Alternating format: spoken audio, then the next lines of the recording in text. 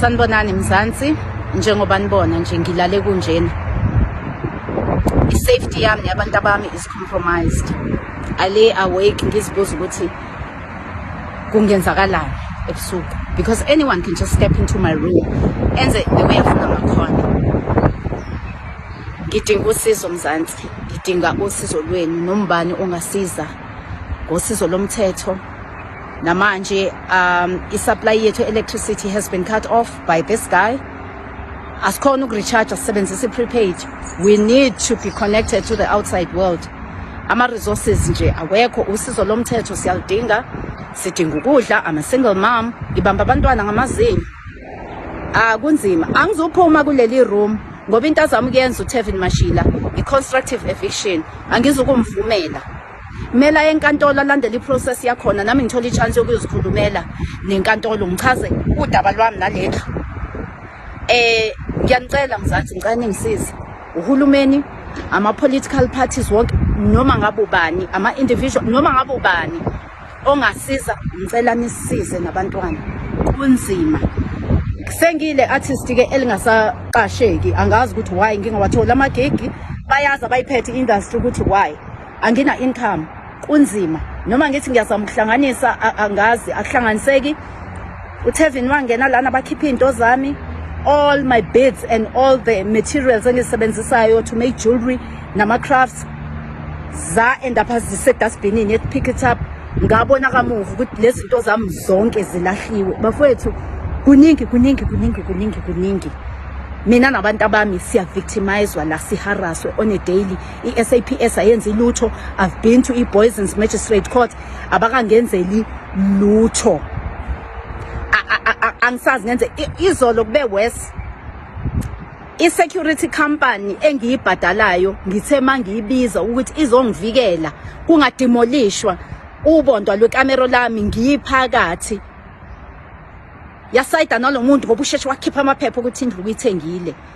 They were not willing to entertain or ukuzwa ukuthi lendlu is under a dispute. Kusaliwa. No. Unele wakhipha amaphepha ngathi ngikhipha awami kwathi wasemadala awa 2015. Wasayidwa nalomuntu kwathi wakaqhubeke enze lento ayenzile. Ngihleli la nezingane zami. Ngicela ningisizeni Mzansi. Ngiyabonga. Sanibonani Mzansi.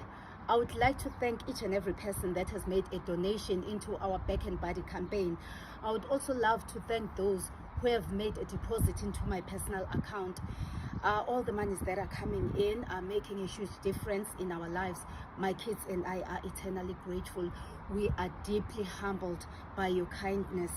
For those who still want to make contributions, whether into our Back and Body campaign or into my personal account, there's a link below and you will find it also in the comment section, and my personal banking details appear on the screen.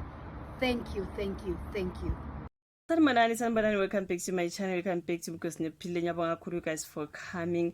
Ungakhohlwa ukusubscribe, like, share into ikanjalo guys. Thank you very much.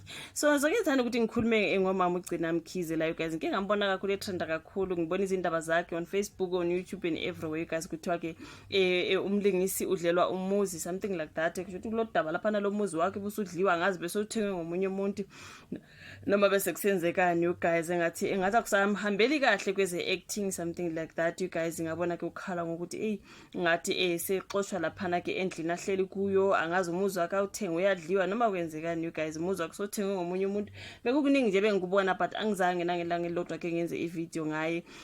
So asithi ke sifunde laphana sibona ngathi ukhona usizo alitholayo, something like that you guys. Ke sibona ukuthi kuthola usizo kanjani ukuze akwazi ukusave umuzi wakhe. Siyamazi uma besimbona phana kumabona kude you guys, istory neziningi. Kuthiwa ke umama uGcina Mkhize kuthiwa kuntwela ke ezansi lapha kumlungisi odlelwe umuzi, into ekanjalo. Kubukeka kuntwele ezansi kumlungisi wodumo ke kwisibaya negazi lami uGcina Mkhize, njengoba ke oza kwabo beyisukumele phezulu inkinga yakhe emuva kokuvela ezinkundleni zokuxhumana ecela usizo emva kokubugcina ke iphumela obala ngokudlelwa umuzi nokuthi ubengasakwazi ukukhokhela ngenxa yokuthi abasamqashi abadidiyeli bemidlalo. Oza kwabo baqhamuka izinkalo ke zonke nosizo laphana, which is so beautiful though you guys. Uze wasungula isikhwama sokuqongelela ke Kuthiwa ke laphana uze wasungula isikhwama sokuqongelela ke isamba sika 1,500,000 ngenhloso ke yokusindisa umuzi wakhe. Lesi sikhwama ke sikwi-website Bakabadi. Ebuzwa ke ugcina ukuthi kuhamba kanjani manje. Kubonge kakhulu njengoba besekwazile ukuqongelela ke imali engaphezulu ka-20,000 rands. Uthi ngibonga kakhulu kwabanikelayo kwi-Bakabadi campaign nabakhokhe kwi-bank account yami. Uthe abanye banikele ngezinto ezahlukene ngisho nangokudla imbala. So le minikelo yenza omkhulu umehluko empilweni yami nasezinganeni zami. Siyabonga kakhulu ngesihe senu kusho ugcina Mkhize. Kubantu abasakhumbula ababesandla I think ukuthi ababeka isandla but bayibhale ngenye indlela you guys. Ubale laphana uEugene Mthetha weTrompis, uza kwabo uNomzamo Mbatha, uCelestine Ntsholi, Puleng Nomvula Ndlovu, uKhanyi Chabalala, uBongani Gumede, uAsavela Mgqithi, uRita M, Enji Asegobane, umuzi Mthabela, uKhanyo Maphumulo, uNomonde Mbusi nabanye. Uthe nomakhelwane bakhe yakhulela kubo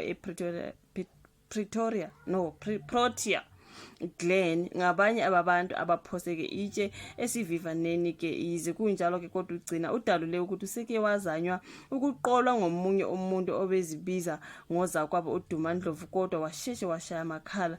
Utheke usazoqhubeka ke nokulwela kumuzi wakhe futhi kunezikhulu ezingosopolitiki esezingenelele ukuze ke kube nesixazululo kulolu daba lwakhe, which is something better mangabe they are helping her ukuthi angawalahlekelwa umuzi wakhe you guys, which is so cute. Nganxosa abafuna ukuphosa itshe esivivaneni ukuba banikele kule link, kune link laphana something like that okusukumise abantu abaningi ukubona ama video lapho ke lo mlingisi exabana noSothenge umuzi umnumzana ke uTevin Mashila.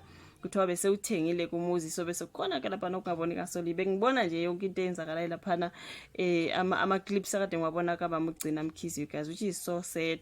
So lo mlingisi uthi okumenza ke anqwaha ukuphuma kulomuzi ukuthi usafaka amadlozi kuwo futhi uMashila akamkhombisi incwadi yasenkantolo emgunyaza ukuba amkhiphe. Ayiwanda uthenga kanjani lo muzi. uMashila ucashunwe ethi okumenza angene ngodli kulomuzi ukuthi usawuthenga nje njengoba eqale wawukhokhela u700,000 ngo-October 3 nyakenya ngaphandle kokuqedelela ngoJanuary kulonyaka. Uthe wanikeza ugcina ithuba lokuba okungcono akawurentele ngo-12,000 rands ngenyanga kodwa wahluleka. So njengamanje ugcina uthe udinga ke umuntu ozomtakula ngokuthi abuyisele emuva imali kaMashila ngoba akakwazi ukuphuma kulomuzi asempintshene kuwo ekamelweni lokulala eselidiliziwe nezingane ezine okukhona kuzo nezabafana. Okay, something like that you guys. So yeah, I mean you guys akafuni nje ngempela ukuphuma kulomuzi. Ngiyacabanga ukuthi mangaqhubeka athola usizo nje lokuthi whatever la no baba ukuthi usewuthengile umuzi like uthenga kanjani you guys when they like I don't understand. Lithengiswa kanjani imizi? I know ukuthi ithengiswa kanjani ukuthi ubani but I'm just saying I confusion la ikuphi. Ngeke ngazama ukuthi ngifunde sin story understand you guys. Lokhu ngibona idrama yakhe yonke you guys ukuthi umuntu ngathi ngihlele emzini wamafika athi usewuthengile something like that. I'm like wow, a lot of drama. I think mama kasawatholi ke ama acting gigs so kunzimana ke lapha ukuthi athole ke imali. So siyabonga ke kulabo donate you guys kumsiza ukuzokwazi mhlambe ukuthi regain umuzi wakhe. Angazi bafeel whatever is happening there odabeni lokagcina Mkhize. All the best to her ngoba guys umuhlele emzini wakho nabantwana and all that kufika umuntu nje afuna ukukufushela ngale athi senguthengile lo muzi phuma. It's not something easy. It's a very very painful issue. I've seen those clips. I'm like you but anyways you guys asibonge kusiza lutholayo kulabo abazamayo ukusiza. Thank you so much ukuthi ubukeke le video. Busiya like, ya subscribe, ya share. Siphinde sibonane futhi kwenye elandelayo. Bye.